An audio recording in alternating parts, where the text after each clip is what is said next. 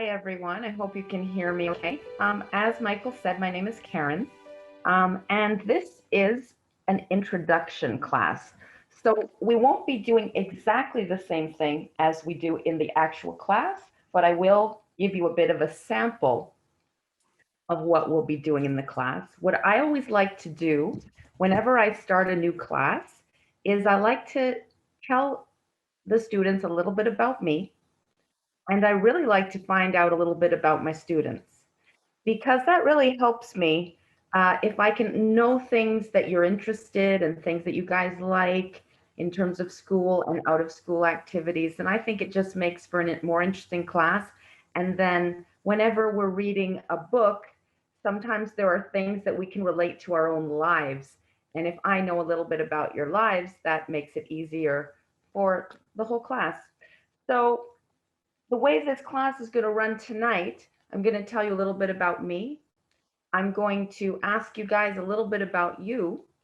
Then I'm going to tell you about a little bit about our author who wrote this book that we're going to be studying, and a little bit about the whole series that he wrote, because it's a 7-book series, very, very famous. And then we're going to do a little bit of a sample read of the book. And then I'm going to show you a little sample of the homework type stuff that we do. So can I get a show of hands, or for those of you that don't have your cameras on, and I do really love to see cameras on, for those of you that don't, can I get a thumbs up or a show of hands?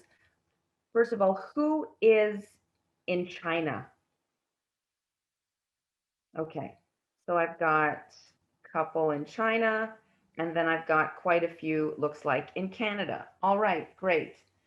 As you may have heard me mention, I am from Canada. I was born in Montreal, but Stefan, I hope not to disappoint you when I say that my French is not all that amazing anymore, because I have lived in Toronto a very long time.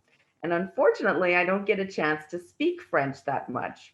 So I understand it quite well, but I've lost a lot of my vocabulary, which was something that actually helped me a little bit when I was working with the students from the Mentors school in my first class that I taught with them, because all the kids were from China and all really, really good readers.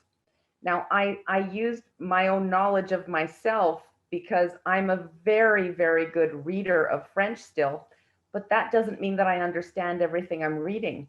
So it's funny, you can read so well and still not know exactly what you're reading. So it took me a while to figure out the level of comprehension of that group of students. Now we're going to have a whole mix of that here. But what I want to say about this book, give me another show of hands. Has anyone heard of the Narnia series? Has anyone seen any of the movies? The Lion, the Witch, the Wardrobe, Prince Caspian? Yeah, I did the Lion, the Witch, and the Wardrobe.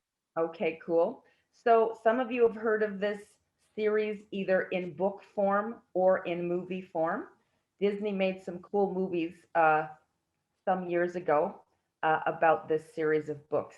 The Lion, the Witch, and the Wardrobe is the most famous book. It was the first book in the series, and I'm going to tell you a little bit more about that a little ways down the class. But like I said, the first thing I'm going to do is tell you a little bit more about me. Then I'd love to hear a little bit more about you guys. So me, born in Montreal, which is a French-speaking place, but also a very English-speaking place where I grew up. So it was about equal in terms of French and English. I grew up loving music. I have had several careers other than teacher. I've been a professional musician. I love playing guitar, piano, flute. My favorite is singing and writing songs. So I teach music and I love performing music. And in addition to teaching stuff in that field, I also teach creative writing. That's what my university degree was in, literature and creative writing. And I also am an expert in knitting therapy, which is a very rare rare field. I think you all know what knitting is. It's where you take yarn and you use needles or other ways. And it's a very therapeutic skill. It can help people. They've discovered through scientific experiments that it improves a lot of physical and mental emotional functions in people. And I became interested in that and I studied that for many years. So I do a lot of different things and I love being a teacher.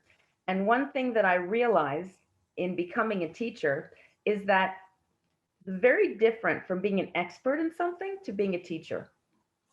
Because a teacher has to not only understand like an expert, a teacher has to have the ability to explain how to do things. And sometimes I've noticed that people that are experts are so in tune with what they do and learned how to do it so long ago, they may not know anymore how to explain it.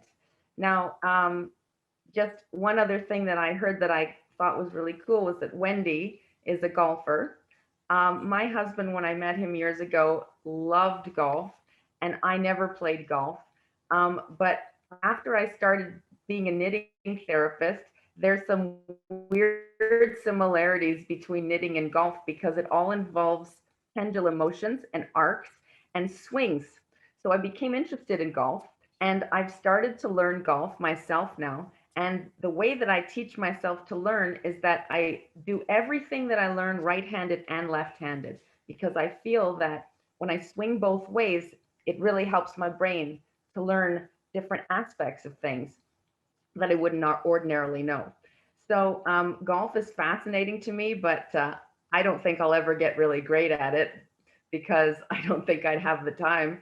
But I'm very fascinated by it. So that's really amazing, Wendy. I love hearing that. I'm going to tell my husband as soon as I finish the class that I have a student, maybe have a student who's very competitive. So good for you. So that's basically it about me, other than the fact that I have an obsessive love of cats. I have 2 cats that I absolutely adore, and they're insanely adorable. So that's a bit about me.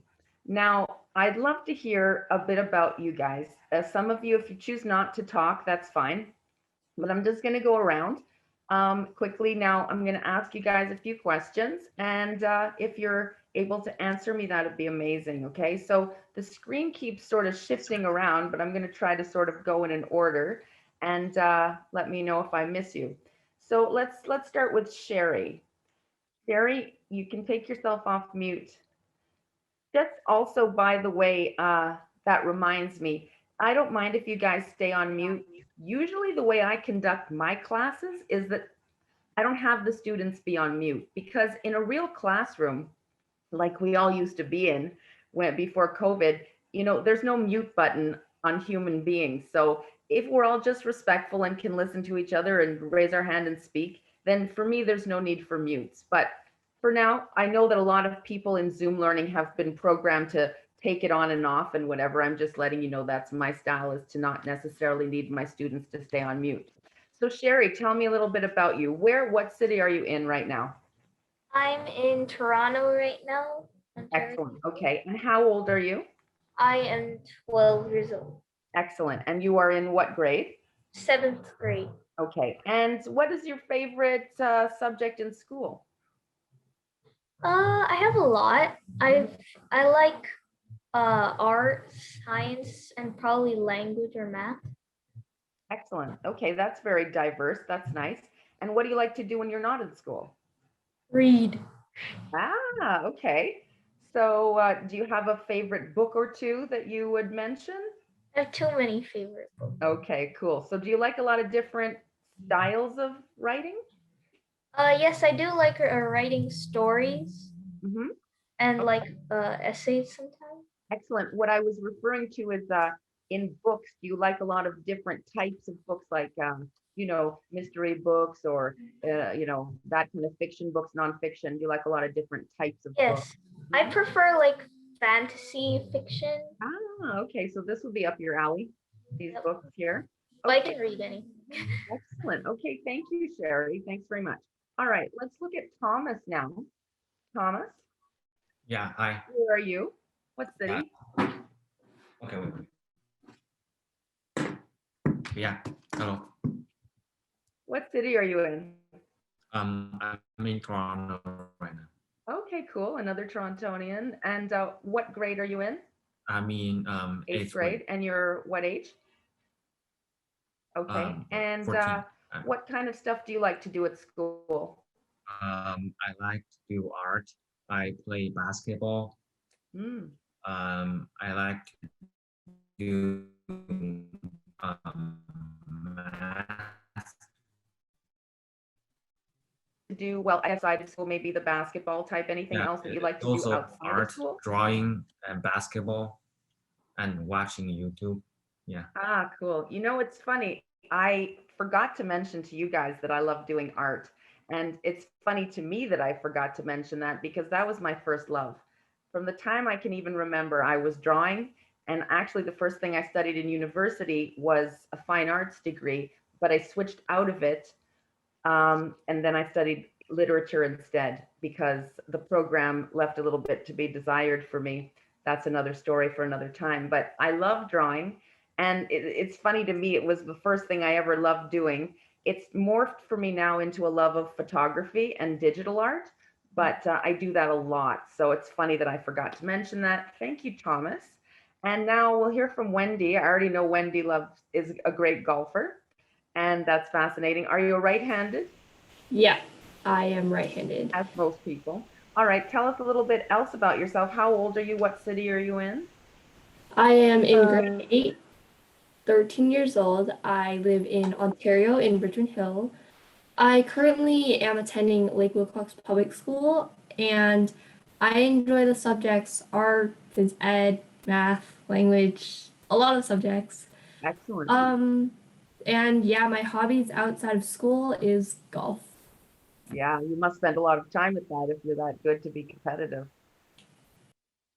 All right, excellent. Thank you, Wendy. So I see a lot of people from around my area. That's pretty cool. What about Alice? Hey, Alice. So I'm in China right now, but I used to live in Richmond Hill, Toronto as well. I'm 12 years old in 7th grade, and my favorite subjects in school. Honestly, I don't know. That's all right. Okay. What about outside of school? I used to do competitive rhythmic gymnastics. I still enjoy it, but I quit being competitive like last year.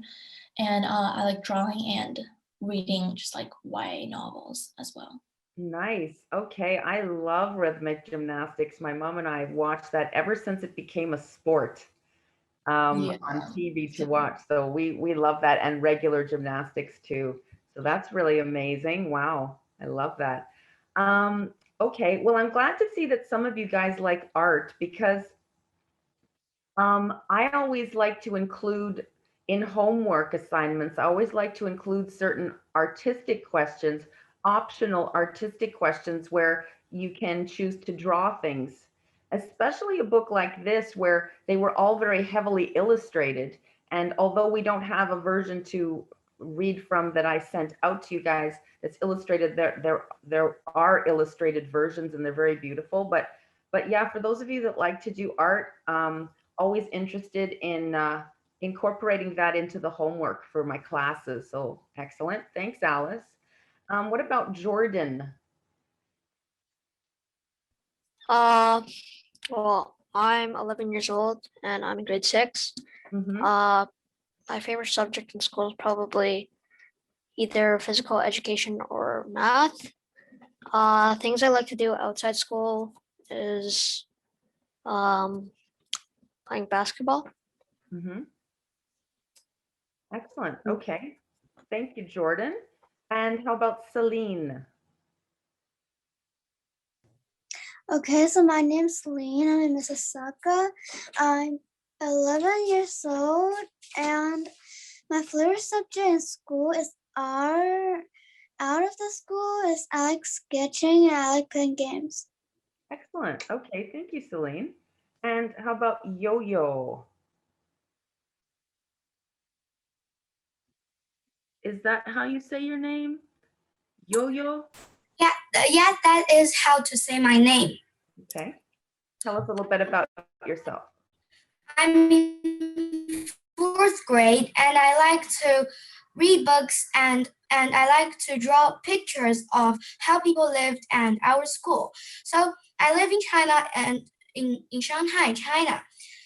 So in school, I like to play tennis ball, and I also like to tell English speeches, and I also like to communicate with each other. Oh, okay, thank you. That may help us to learn more about each other. Very true. Very, very true. Thank you very much for that.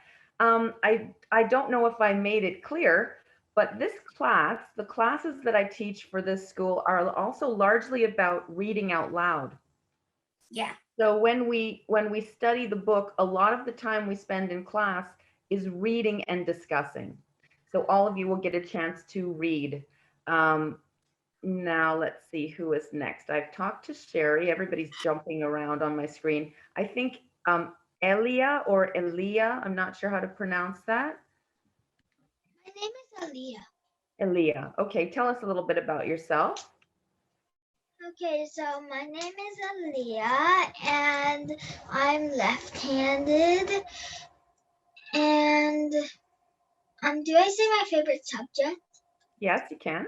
Okay, my favorite subject is math or gym or art, and my favorite thing to do is to play outside or watch TV. And I also have one dog, and his name is Wolfie, and yeah, I'm 10 years old, and I'm in grade 4. Excellent. Thank you very much. Okay. How about Maya? Hi. Hi. So I'm 11 years old and I'm in grade 6. I do a lot of things like out of school because I have a lot of extracurriculars. I do stuff like point in ballet, and I also do public speaking, and I also do piano. And unlike you, I actually like dogs more than cats. But unfortunately, I don't. Okay, thank you, Maya. Now, I also love dogs, by the way. So I've been told, unfortunately, because the class students are so big and because we don't maybe have enough time to talk to everyone, they want me to sort of get more into the class, you know, what the class will be like. So I'm gonna halt that for now. I'm gonna give you a bit of an introduction about the actual class. And then at the end, hopefully I'll have a little bit of time for the rest of you to get to talk about yourselves, because I really think that's an important part of the class. So, okay, thank you guys that have participated in sharing about yourselves. I really appreciate that. So the first thing I'm going to do is talk a little bit about the book. So the book Prince Caspian comes from a series called The Chronicles of Narnia, written by an author, C.S. Lewis. One of the most interesting things about C.S. Lewis, other than the fact that he wrote this masterpiece, is that he was best friends with another very famous writer, J.R.R. Tolkien, who wrote The Lord of the Rings. Not only were they best friends, they belonged to the same literary society, and this literary society group would read to each other the works they were writing on and help each other with ideas. So basically, C.S. Lewis helped Tolkien write The Lord of the Rings in a way, and vice versa. And they were two of the most important works of this type of literature of their kind, and still remain to this day so popular. So that's a very interesting thing about him. He did not know when he wrote the first book, The Lion, the Witch, and the Wardrobe, that it would be turning into 6 more books, but it did. And thankfully for us, it did, because they're amazing, amazing stories. So there's a bit of a debate about how we were supposed to read them, in what order. because he wrote The Lion, the Witch, and the Wardrobe first, but chronologically, it's not the first book in the series. So he himself answered this question when a young student wrote to him. And he said that it really doesn't matter, but that you can start with The Lion, the Witch, and the Wardrobe, which is the first book he wrote, or you can start chronologically. What I usually do is I start with The Lion, the Witch, and the Wardrobe, which was a book that I just taught. And then once I've read through all of them, I like to read them in all different ways. Now, I read them first as a child. I read them then as a young adult. Then I started teaching them, and I read them again. They're, you know, like The Lord of the Rings, the kind of book that you can read at any age, because he puts so much in that is under the surface that is great for an adult to understand, but he puts it in a simple way, great for children to understand. So whatever level we're at, we can gain understanding from this book. There are a lot of amazing, interesting themes in his writing. So now let's have a little bit of a look at some of the other interesting things that we can know about this author. I'm going to share my screen with you and just share some interesting fun facts that I have, actually not that way, share some facts this way about the author. So the first thing that we can talk about, let's just get this document properly going, is that his initials CS stand for Clive Staples. Okay, so his name is Clive Staples Lewis. Let's see, he gave himself the nickname Jaxie. I really like this one because he had a dog named Jaxie when he was a kid, but unfortunately the dog was hit by a car. After the dog was hit by the car, he started changing his own name to Jaxie and told everyone to call him Jaxie. And even as an adult, he went by the name Jack and not as Clive. He's known as an English author, but he was actually born in Ireland. So that's another interesting thing. He has favorite books, childhood books, very famous, by Beatrix Potter. I'm not sure if you guys have heard of these books, but they were very popular a long time ago and still are. And he is known as a Christian author because there was a lot of themes of Christianity in his books, especially in this series. Although the first times I read these books as a child, none of that was discussed. So it's not it's an interesting part of the books, but not an essential part of the books. He himself was very religious as a child, but then was very unreligious for a long time. And he was an older man when he wrote these books. So by that time, he had sort of come back to Christianity as his religion. He fought in World War I for the British Army. And that's interesting because there are themes of war in these books. The whole reason that the children are taken away from their home in the first book is that it's wartime. So let's see what else. Yes, so The Lion, the Witch, and the Wardrobe, the first book, was inspired by children who were evacuated from London during World War II, which is a true thing. There were a lot of air raids, which bombs were dropped in the cities. It was very unsafe. So parents sent their children to more rural areas in the countryside where the bombs were not being dropped. And that must not have been very fun for the families to leave their children, but they felt it was safer.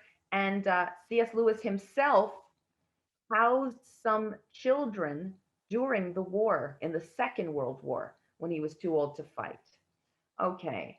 And I already told you Tolkien was one of his best friends. So let's see what else we've got here. He thought he would never marry, but then there was a beautiful love story between him and a woman that he met and married. And that was made into a movie called Shadowlands, the story of his love story with this wonderful woman that he met later on in life. And let's see what else. Let's see. He died on the same day that a very famous other person died, John F. Kennedy. You may have learned something about that in school. John F. Kennedy was an American president who was assassinated, and his assassination was one of the biggest events in world history. So believe me, C.S. Lewis's death did not really come into play that day because everyone was very, very, very fixated on the assassination of the president. All right, so these 3 of the first books have been made into great movies, which I recommend if you haven't seen them. And this is another interesting fact. C.S. Lewis experienced some bullying. Now, because I'm in share screen mode, I cannot see all of your screens right now. And this is a very personal question, so I'm not going to ask it, but I am going to tell you guys that I experienced some terrible bullying when I was a child, and it has a deep effect on a person. So I mention this, and I think it's mentioned in this fact about C.S. Lewis because this is also a theme in some of the books. And compassion and love and treating people properly is a big theme in his books. And I think that when you are treated badly yourself, it might make you a more loving and caring and compassionate person. So that's interesting to know that he was bullied. The reason that he was bullied was he had an anatomical defect in his hand that made his thumb only have 1 joint instead of 2. So he couldn't play sports. He couldn't throw a ball. He couldn't do a lot of the things that boys did at that age. So he was bullied for it. All right. Now, I am going to now open up the document of the book itself. Now, even though the class is officially starting next time, so officially we will be perhaps maybe restarting. I'm not really sure how that's going to work, but we're going to look into the beginning of this book. Now, as I mentioned, The Lion, the Witch, and the Wardrobe was the first book, chronologically speaking. So they make a very brief reference to it at the beginning of the second book.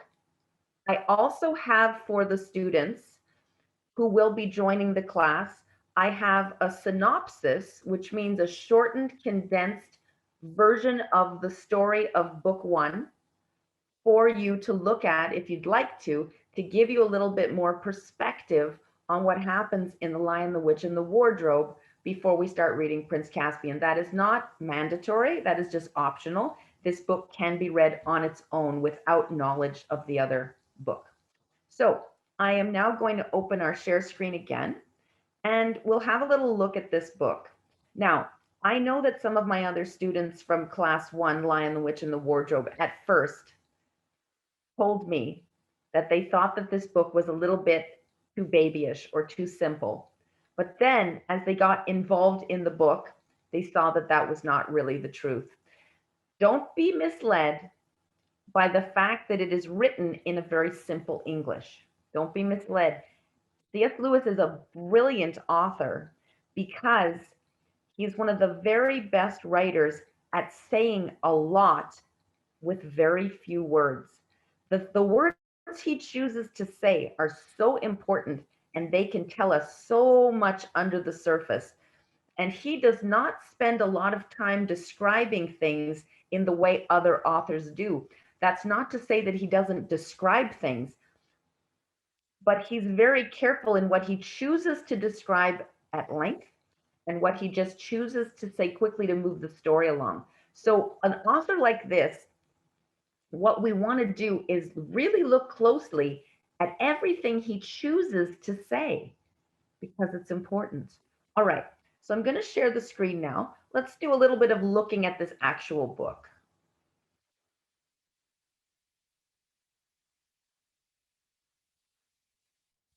All right. Here we go. All right, and this will also give you a little bit of a sense of exactly how I do things here. So what I do, and it worked really well in the last class, is I just Now, you guys will also probably have your own version. Some people prefer to read from a hard copy version or from a version on a different device, but I put this version on the screen and make it as large as I can. And my students normally have no trouble in reading it from the screen if that's what they choose to do. So, all right, sometimes I read a little bit and sometimes I just have my students take turns. So I will start reading a little bit and then I will ask you guys for some volunteers to read a little bit. All right, so this is chapter 1 called The Island. Once there were 4 children whose names were Peter, Susan, Edmund, and Lucy. And it had been told in another book called The Lion, the Witch, and the Wardrobe how they had a remarkable adventure. They had opened the door of a magic wardrobe and found themselves in a quite different world from ours. And in that different world, they had become kings and queens in a country called Narnia. While they were in Narnia, they seemed to reign for years and years. But when they came back through the door and found themselves in England again, it all seemed to have taken no time at all. At any rate, no one noticed that they had ever been away, and they never told anyone except one very wise grown-up. And again, this is a very interesting story. It's an understatement to say that they'd been away for a long time. In the actual Lion, the Witch, and the Wardrobe, these children grew up from the age of children into grown adults and reigned as kings and queens for decades until they came back home and found they were still children again. All right, so let's have someone else read this next paragraph. All right, now I'm going to just briefly stop the share because otherwise I can't see you all. And let's see if I have a volunteer. Sherry, are you volunteering to read? Yes. Okay, and then Wendy. Okay, and then Alice. All right, I'm gonna come back and forth so that I can take my volunteers. So let me get back in the share, and Sherry can do our first paragraph for us. Thanks, Sherry.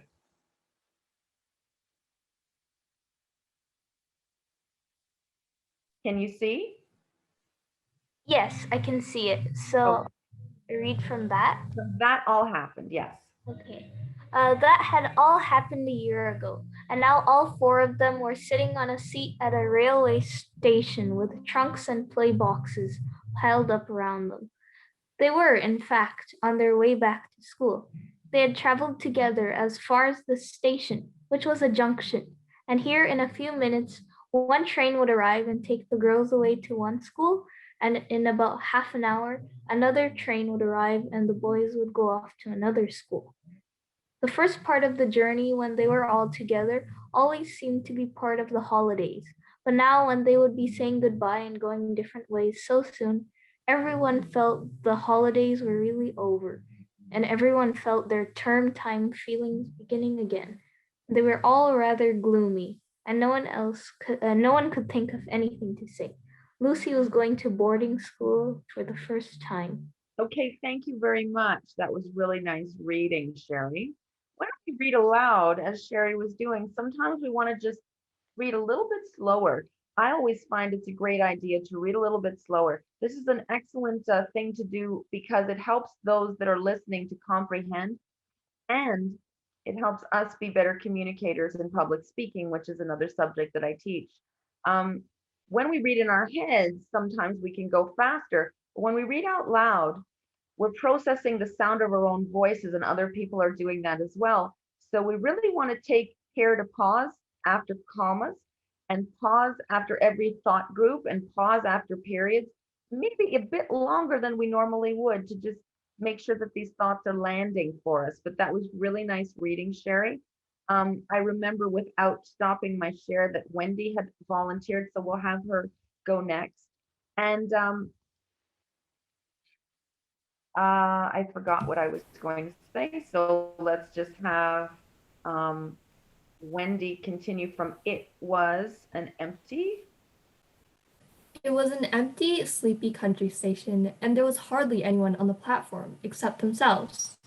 Suddenly, Lucy gave a sharp little cry, like someone who has been stung by a wasp. "What's up, Lou?" said Edmund, and then suddenly broke off and made a noise like, "Ow!" "What on earth?" began Peter, and then he too suddenly changed what he had been going to say. Instead, he said, "Susan, let me go. What are you doing? Where are you dragging me to?"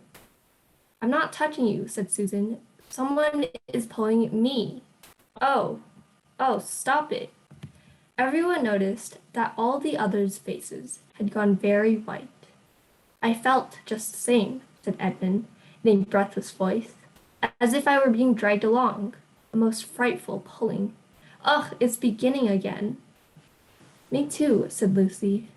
"Oh, I can't bear it." Very nice, Wendy. Thank you very much. That was really good reading. I did remember what I was going to say.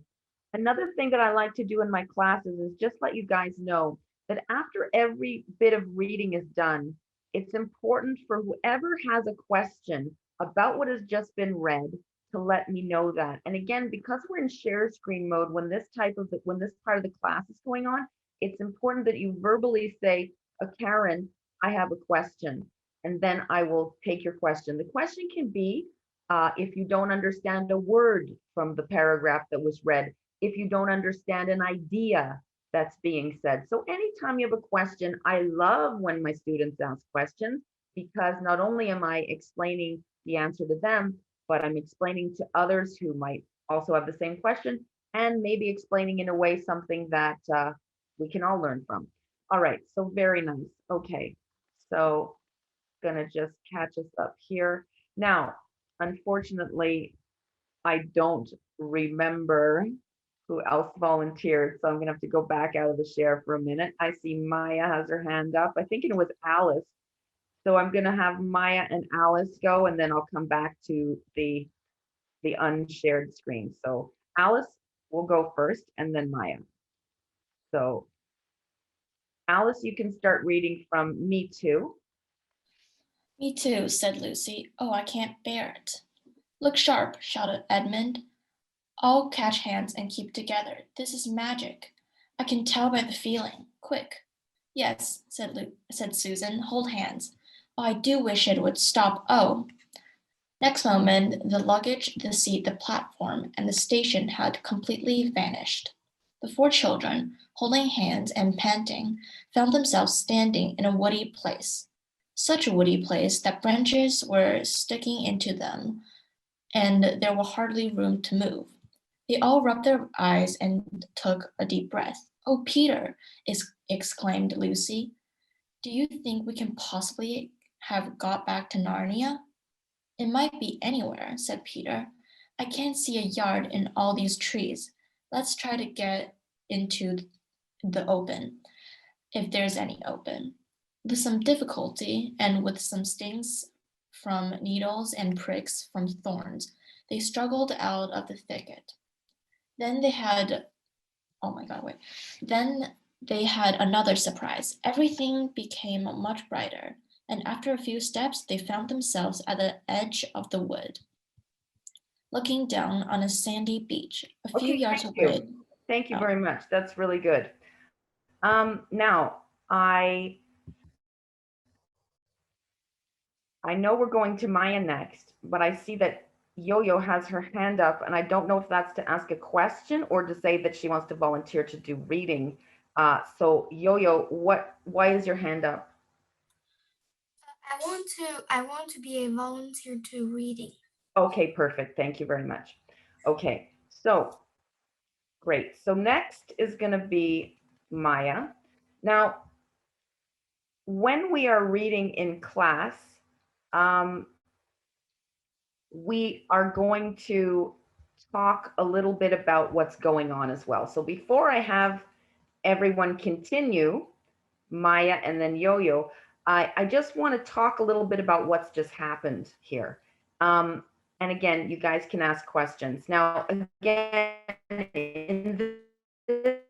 in this version of the class, where we are not necessarily doing a full exact form of the class, we're just going to go as far as we can into the book. I prefer, the way that I like to work is that because we never know how many questions we have, and we will have to take from different students and what number students we have, I don't like to say, well, we have to get through this much reading in terms of our one class. Our classes will be 1.5 hours long, and we will be mostly spending time on reading, but if there are more questions and there's more discussion, that to me is more important because you guys can do reading on your own. This book is a very short book. I just want to let you guys know that the required reading from one week to the next will not be very big because the whole book is only about 100 pages long. So it'll be a very short amount of reading per week, and we'll cover as much as we can of that chapter in class. Sometimes we'll get to everything, but the more important thing is to get to the conversation and the questions and the discussion. And then if there's a part that we read at home that we didn't actually touch on in class out loud, if that ever happens, then you simply take notes of a question that you have to ask me, and it becomes part of our discussion. All right, so let's go from, before we continue, let's just recap what's happened for children sitting at a railroad station about to go back to school. Now, back to school, why are they at a railroad station? Because they go to boarding school. And I think we all probably know what boarding school is a school where you live away from your home. So they're about to go to boarding school. I just want to remind you, only 1 year has passed in the time frame of England where they live. They, I told you, were kings and queens of Narnia. They spent a whole lifetime in Narnia, but that experience ended 1 year ago for them in England. So when they are noticing something weird's happening, fulfilling a biting and a pulling feeling, and then all of a sudden they're not at the railway station anymore, all of a sudden all their suitcases are gone. They're saying, wait, are we back in Narnia? What's happening? It's magic. They got very used to the feeling of magic when they were in Narnia for a lifetime as kings and queens. It was a magic realm. So they're feeling the sensation of magic. They're asking, but Peter, the oldest, who they always kind of look to, he says, well, it might be anywhere. I can't see a yard in these trees. So they're just trying to sort of figure out where they are. Okay. So now let's go from a few yards away. And again, we won't get to everyone for reading, but I'm very encouraged to see that you guys are volunteering and that you seem to like reading, because I've definitely taught classes in which my students did not like to read and they were sort of had to do it anyway, but I like to see that you guys do. Elia, do you have your hand up? Yeah. For reading or for asking? I want to volunteer to read. Okay, let me explain to you also, because this was an introduction class, that not everyone will have time to read today. And depending on the number of students we have in a class, we might not have time for everyone to read in every class. So some of the things we can do, depending on how many students we have, we can shorten the amount that students read if we have a lot of volunteers, or we'll just get to you the next class. So once we know how many students we have, it'll be a lot easier to figure out the sequence of reading, okay? So don't be discouraged if you don't get to read today. We're gonna figure out a system where everyone that wants to read, and that's gonna be even the people that don't wanna read really should be reading. So we're all gonna read, and we're all gonna figure out how we can do that as best as possible. And thank you guys for your participation and your patience so far in this class. That's a little bit different because it is just a trial class. So I think the next student that I had asked that had mentioned wanting to read was Maya. So let's start from a few yards away, Maya. Okay. A few yards away, a very calm sea was falling on the sand with such tiny ripples that it made hardly any sound. There was no land in sight and no clouds in the sky. The sun was about where it ought to be at 10 o'clock in the morning, and the sea was a dazzling blue. They stood sniffing in the sea smell. By Jove, said Peter, this is good enough. 5 minutes later, everyone was barefooted and wading in the cool, clear water. This is better than being in a stuffy train on the way back to Latin and French and algebra, said Edmund. And then for quite a long time, there was no more talking, only splashing and looking for shrimps and crabs. All the same, said Susan presently, I suppose we'll have to make some plans. We shall want something to eat before long.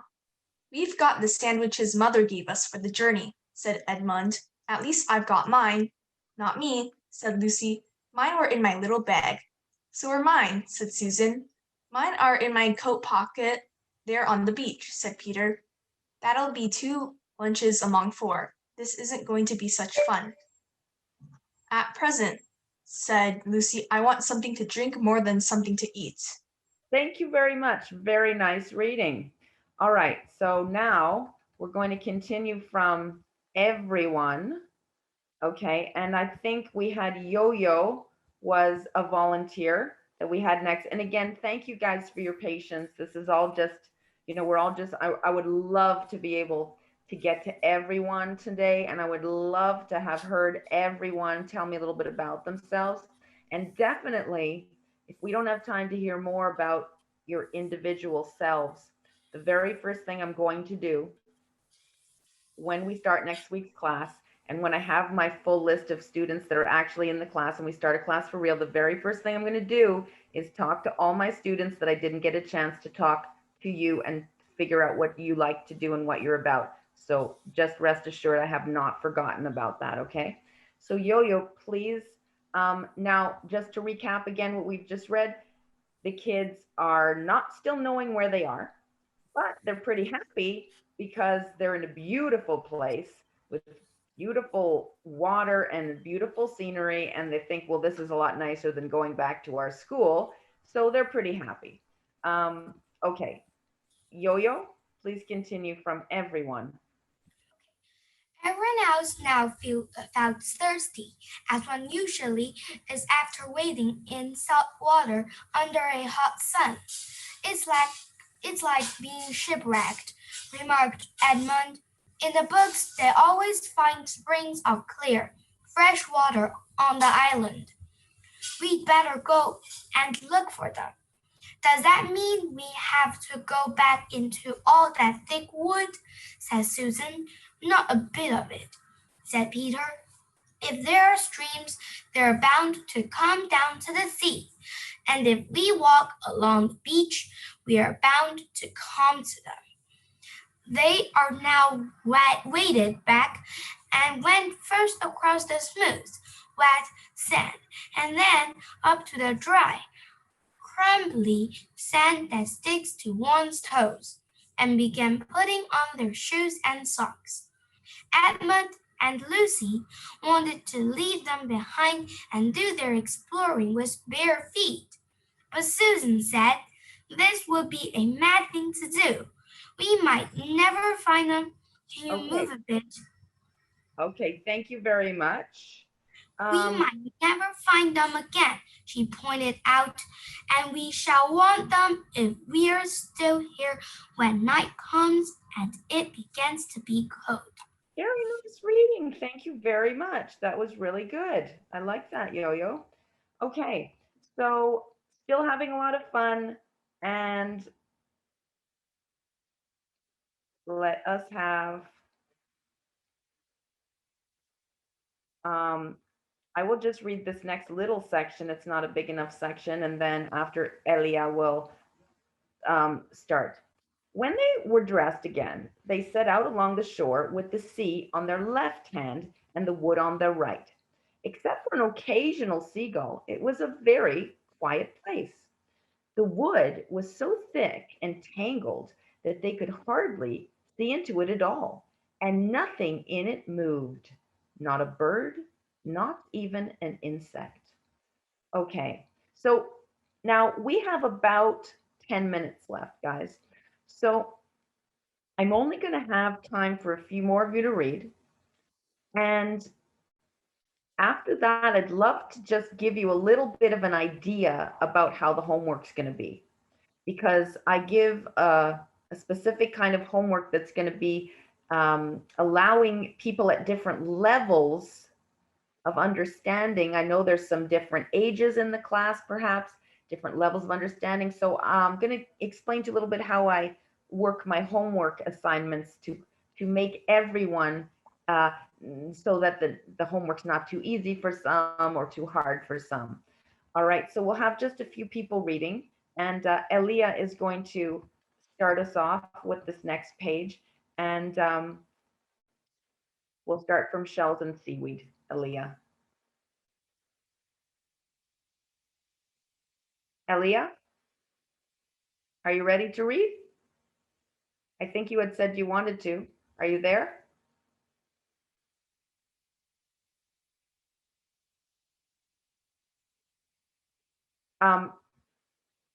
You're muted, so I don't know if you were actually reading. All right, I'm not hearing her. So let's just stop the share for a moment. Where is she? Okay, so because we don't have a lot of time, do I have someone else that wants to read? Anyone else? Now, Maya, did you already read? Yes, Celine, you did not already read, right? Okay, Celine is going to read for us next. I will put the share screen back. Okay, Celine, from Shells and Seaweed, please. Shells and seaweed and animal and okay, let me just stop you. I'm going to just stop you because that word is anemones. It's anemones yeah. are tiny crabs in the rock pools. They're all very well, but you soon get tired of them if you were certain. The children's feet after cool water, hot and heavy, soon had raincoats. Had his Okay, Celine, I'm so sorry, but there's a problem with your audio and it keeps cutting out. So I don't know about everyone, but I am not hearing you. I'm just hearing one word and then it stops and then another word and then it's stopping. So I'm sure you can get that problem figured out. Maybe it has to do with how close you are, how far you are, but just for tonight, I'm just going to have to move on to someone else, but I'm sure we can figure out that issue. All right. Okay. So do I have someone else that wanted to volunteer to read? I only have room for maybe 2 more readers. Anyone else volunteering? Okay, it's all right if I don't. Can I read? Who's saying that? Who's saying? I can't see who's saying that to me. All right. So no one is, okay, no more volunteers. That's fine. Sherry, I'm not going to take any volunteers that have already read just because we have so little time left. So what I'm going to do is I'm just going to read a little bit more myself, and then I'm going to discuss with you a little bit about, like I said, the homework, okay? So I'll just continue to read just a little bit more. Shells and seaweed and anemones, or tiny crabs in rock pools, are all very well, but you soon get tired of them if you are all thirsty. The children's feet, after the change from the cool water, felt hot and heavy. Susan and Lucy had raincoats to carry. Edmund had put down his coat on the station seat just before the magic overtook them, and he and Peter took it in turns to carry Peter's great coat. Presently, the shore began to curve round to the right. About quarter of an hour later, after they had crossed a rocky ridge which ran out into a point, it made quite a sharp turn. Their backs were now to the part of the sea which had met them when they first came out of the wood, and now, looking ahead, they could see across the water another shore, thickly wooded, like the one they were exploring. I wonder, is that an island, or do we join onto it presently? Said Lucy. Don't know, said Peter, as they all plodded on in silence. On the shore that they were walking on, drew nearer and nearer to the opposite shore. And as they came around each promontory, the children expected to find the place where the two joined. But in this, they were disappointed. They came to some rocks which they had to climb, and from the top they could see a fair way ahead. Oh, bother, said Edmund. It's no good. We shan't be able to get to those other woods at all. We're on an island. It was true. At this point, the channel between them and the opposite coast was only about 30 or 40 yards wide, but they could now see that this was its narrowest place. After that, their own coast bent round to the right again, and they could see the open sea between it and the mainland. It was obvious that they had already come much more than halfway round the island. Now, unfortunately, it's a shame that we have to stop reading at this point because they're about to make a very important discovery about where they are.